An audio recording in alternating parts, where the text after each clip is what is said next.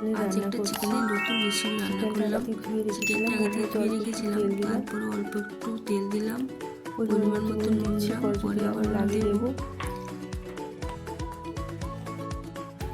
দিলাম পেঁয়াজটা আগে থেকে কেটে রেখেছিলাম দিয়েছি, তাতে অল্প একটু দই দিয়ে আমি কিছুক্ষণ ম্যারিনেট করে ভালো করে ম্যারিনেট করে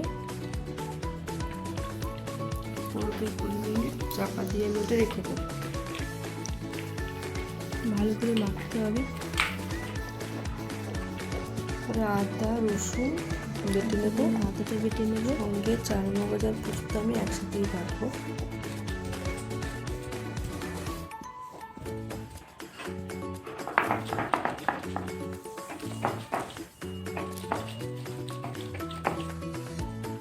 আদাটা ঠিকঠাক বাটা হয়ে গেলে রসুনটা বাটবো।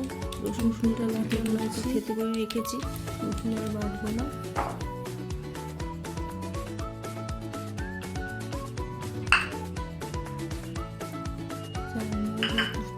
পোস্ত বাটছি, তার সাথে একটু চারমগজটা তুলে রেখে দেবো।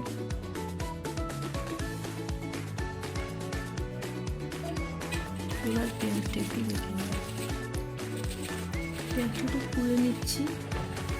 কড়াইতে অল্প একটু তেল দিয়েছি, তেলটা গরম হলে পেঁয়াজটা তুলে রেখেছিলাম, পেঁয়াজটা দিলাম। পেঁয়াজটা একটু লাল লাল করে ভাজবো। পেঁয়াজটা লাল লাল করে ভাজা হলে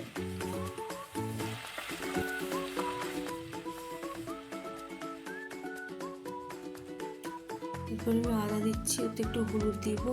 তারপর আমি আদা বাটা দিলাম, আদা বাটা যাতে ছিটকে না যায় ওই জন্য একটু হলুদ দিয়েছি।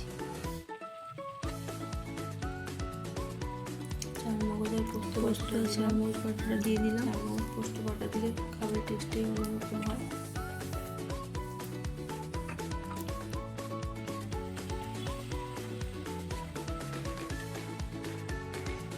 রসুনটা আমি সবার শেষের দিকেই দিই, তাই রসুনটা আমি শেষেই দিলাম।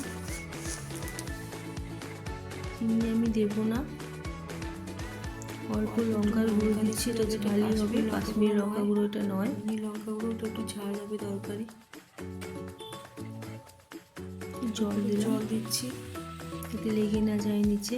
মোটামুটি হয়ে গেছে, তেলটা বেরিয়েছে। রাখবো আমি চিকেন যে মেখে রেখেছিলাম, প্রায় 15-20 মিনিট মেখে রেখেছিলাম, সেটা দিয়ে দেবো।